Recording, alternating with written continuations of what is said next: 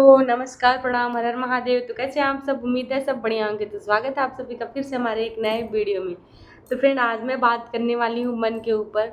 जो मन इतने घड़ित इतना घिनौना काम लोगों से करवाता है, आज उसके ऊपर बात करने वाली हूँ। आज हमने इस पे एक सॉन्ग भी सुना था, उसको लिखा है सुनाने के लिए। तो सुनिए। मन है शरीर के रथ का सारथी, रथ को चाहे जिधर ले जाए। इंद्रियां हैं इस रथ के घोड़े, घोड़ों को विषयों के जो ओर ले जाएं।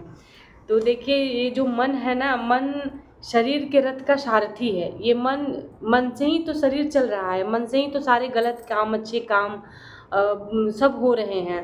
तो इसके ऊपर हम लोगों को क्या करना है? विजय पाना है। तो इसके ऊपर विजय पाने के लिए क्या करना पड़ेगा भाई? मन को कंट्रोल में रखना पड़ेगा। ये नहीं कि जो मन कह रहा है उसको आप उसको भोगे। आपका मन कह रहा है हमको जलेबी खाना है तो आप अभी जलेबी ही खाए, नहीं। आपको मन के ऊपर काम करना है। क्या करना है? काम करना है। तभी जो है मन आपके वश में आएगा। नहीं तो यही मन से लोग इतने, आप सब तो समझ ही रहेंगे, इतने इतने लोग यहाँ से मतलब कितने गंदे गंदे हरकतें आ रही हैं, न्यूज़ आ रही है, डेली की डेली न्यूज़ आ रही है कि भाई ये ऐसे हो गया, छोटी बच्चों के साथ ऐसे हो गया। तो ऐसा नहीं है कि सब अपने मन पे ही जीत लिए हैं, सब अपने मन के ऊपर ही काबू किया है, ऐसा कोई नहीं। कोई सामने से कर दे रहा है, कोई करने के मतलब अंदर भाव आ जा रहा है। तो इसके लिए क्या करना पड़ेगा? आप सबको इसके ऊपर काम करना। शरीर को तो सभी सजा लेते हैं, पर मन को कोई नहीं सजा पाता। मन को सजाने के लिए भाई उसको बल चाहिए, उसके लिए बुद्धि चाहिए। क्योंकि लोगों से लड़ सकते हैं पर मन से कोई नहीं लड़ सकता। अपने मन से लड़ना बहुत बहुत बहुत मुश्किल की बात है कि लोग अपने मन से लड़ें। तो मन से लड़ने के लिए भाई देखिए, भक्ति करना और नाम जाप तो बहुत ज़्यादा ज़रूरी है। और अगर मन पे काम करना है वास्तविक में, तो नाम जाप तो पहले स्टार्ट कर दीजिए। क्योंकि नाम जाप से पहले तो वो मन में कोई भी अगर गलत भावना आ रही है, गलत सोच आ रही है, थॉट आ रही है, तो वो नाम जाप से ही कटेगी। और जब शुरू शुरू में आप सब नाम जाप करेंगे तो वो बहुत ज़्यादा गंदे गंदे, जैसे कि लोग आते हैं अंदर से भाव आते हैं, या अंदर से पहले का जितना भी पुराना किया गया होगा आप सबके साथ या करे होंगे आप सब, तो वो सब याद आएगा। तो उस सबको छोड़ के आप सबको क्या करना है? ध्यान पे फोकस करना है, आप सबको मन पे काम करना है। और ये तो आप जानते ही हैं कि भाई मन बहुत निकृष्ट होता है, मन बहुत बेकार होता है। तो इसी मन से चाहे तो हम परलोक पे मोक्ष को प्राप्त कर ले, या इसी मन चाहे हमें नरक में भोगवाए। जो भी भोग रहे हैं, जो भी हम लोग चल रहे हैं, और नरक और स्वर्ग कहीं ऊपर नीचे नहीं होता है भाई। सब स्वर्ग और नरक सब आपके यहीं सामने होता है, ठीक है। तो हम तो अपने गुरु महाराज के शरण में बैठे हैं और आप सबसे बात कर रहे हैं। आज हम बड़ी सोच समझ के बात करने आए हैं। हम सोचे चले आज इसके ऊपर बात करें, क्योंकि भाई हम आप ही नहीं, हम भी हैं उसमें का, जो कि मन विचार अलग अलग थॉट आते हैं। बहुत से लोग हैं जो वीडियो पे इतना गंदे गंदे कमेंट करते हैं। जब हम वीडियो बनाते हैं, वीडियो पे डालते हैं, तो इतने मतलब वर्ड ऐसा इस्तेमाल करते हैं। तो भाई उन लोगों से मैं यही कहना चाहूँगी कि पहले आप सब खुद को समझें, खुद को टाइम दें। दूसरों को बदलने से अच्छा है कि आप खुद को बदलें।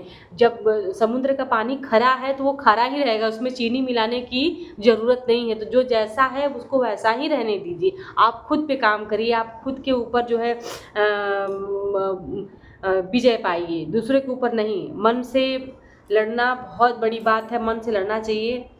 और आत्मा है शरीर के मध्य में, आत्मा और शरीर के मध्य में, आत्मा और शरीर के मध्य में ये मन अपना खेल दिखाए। मन को बस विषयों बस में कर ले जो योगी, मन को बस में कर ले जो योगी, वो इसी मन से इसी रथ से मुक्त हो जाए। ये बहुत ही बढ़िया लाइन लिखी गई है, जो कि आप सब अगर सुन रहे होंगे, वो पढ़ रहे होंगे बुक वगैरह, तो उसमें लिखा गया है। हमने इसको छाट के लिखा आप सबके लिए कि हम सुनाएंगे। बहुत बढ़िया लिखा गया है। और मोह से भी मोहित जब बुद्धि तेरी भली भांति, मोह रूपी दलदल को पार कर जाएगी। ऐसे ये जो मोह में लोग फंसे हुए हैं, अगर मोह से विजय पा के आप सब मोह के पार हो जाएं, हम उसको छोड़ दें, तो आप विजय को प्राप्त हो जाएंगे, क्योंकि लोगों से लड़ना तो लाठी डंडे झगड़ा लड़ाई से आप जीत जाएंगे। आप अपना बाहरी जो बल है उसको पूरे तरीके से लगा के आप जीत जाएंगे। मन से जीतना बहुत बड़ी मुश्किल है। तो इसीलिए मैं कहती हूँ, एक बार नहीं बार बार कहती हूँ कि आप सब गुरु के शरण जाएं। इतने बढ़िया बढ़िया महात्मा जो हमारे धरती पे पड़े हुए हैं उनका संगत करिए, उनका प्रवचन सुनिए। और ज़रूरी नहीं है कि जो गलत सोच रहा है वही बस खाली प्रवचन सुने, नहीं, सभी सुने, सभी के लिए प्रवचन सुनना है।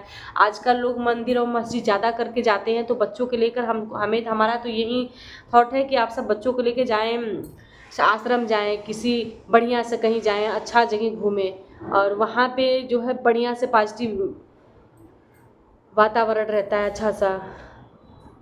इसी तरह एक साधक अपने ही मन में अपने ही विचारों को क्या कहते हैं डगमग में लड़ाता है या अपने ही मन से लड़ता है। ऐसे लड़ने वाले बहुत, जो अपने मन पे काबू पाया है, यहाँ पे लिखा गया भगवान कृपा करके उसको संभालते हैं। ऐसे ही कहानी है। प्रत्येक साधक को इस डगमग अवस्था से गुजरना पड़ता है। अगर सच्चा अनुरागी साधक है, भगवान के नाम रूप को पकड़ रखा है, तो उसे अंदर बाहर से सहारा मिलता रहता है और वह साधक पथ पर सफलतापूर्वक आगे बढ़ता है। जैसे आप अपने जीवन में सफलतापूर्वक आगे बढ़, अगर भगवान का नाम जाप है आपके अंदर या भगवान का स्मरण आपके अंदर है, तो आप किसी भी पथ पे रहेंगे, किसी भी जगह रहेंगे, आप उसे सफलतापूर्वक और अच्छे ढंग से आप उस पे जो है पकड़ पाएंगे और उस पर सफलता पा पाएंगे।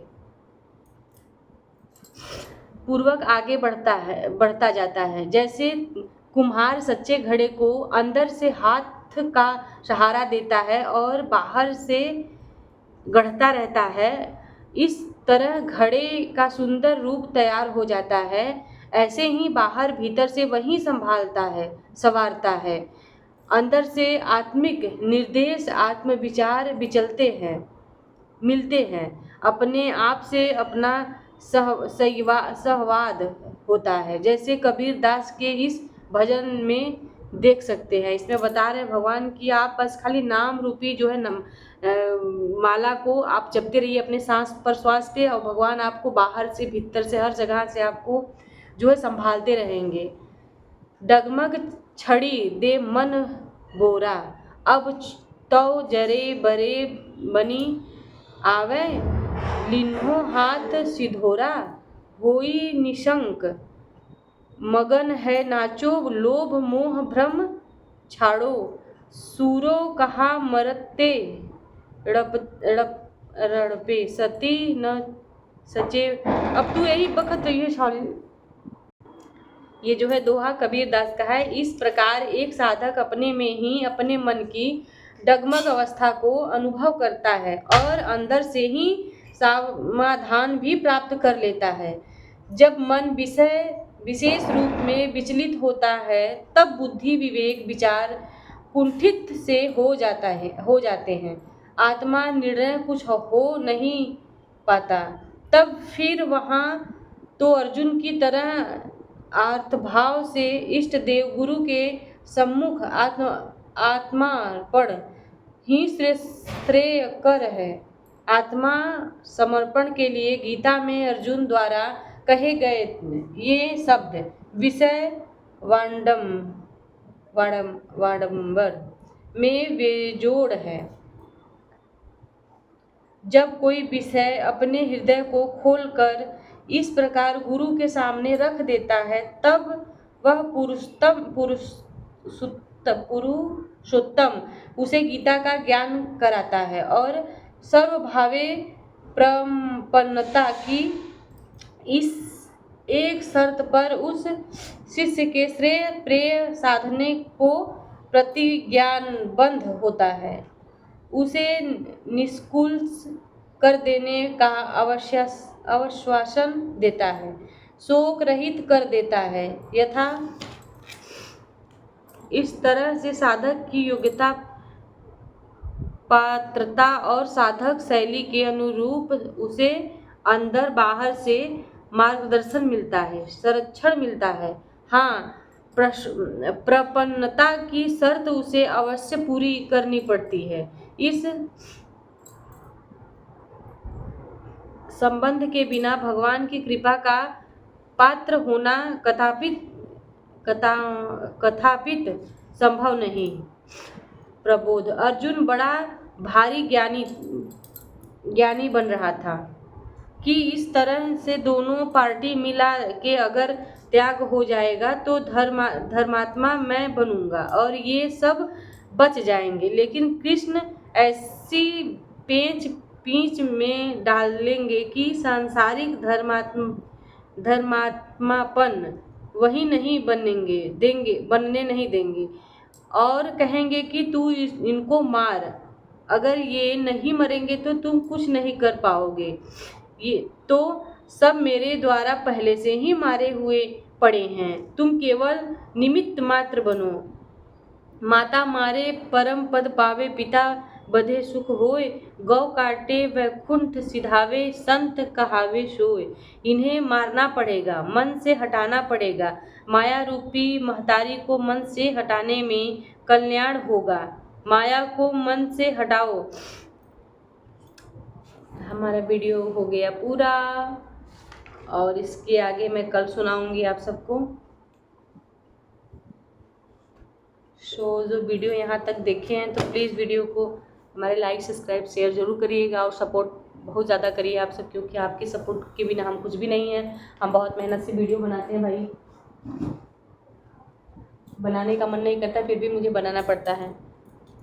Bye bye.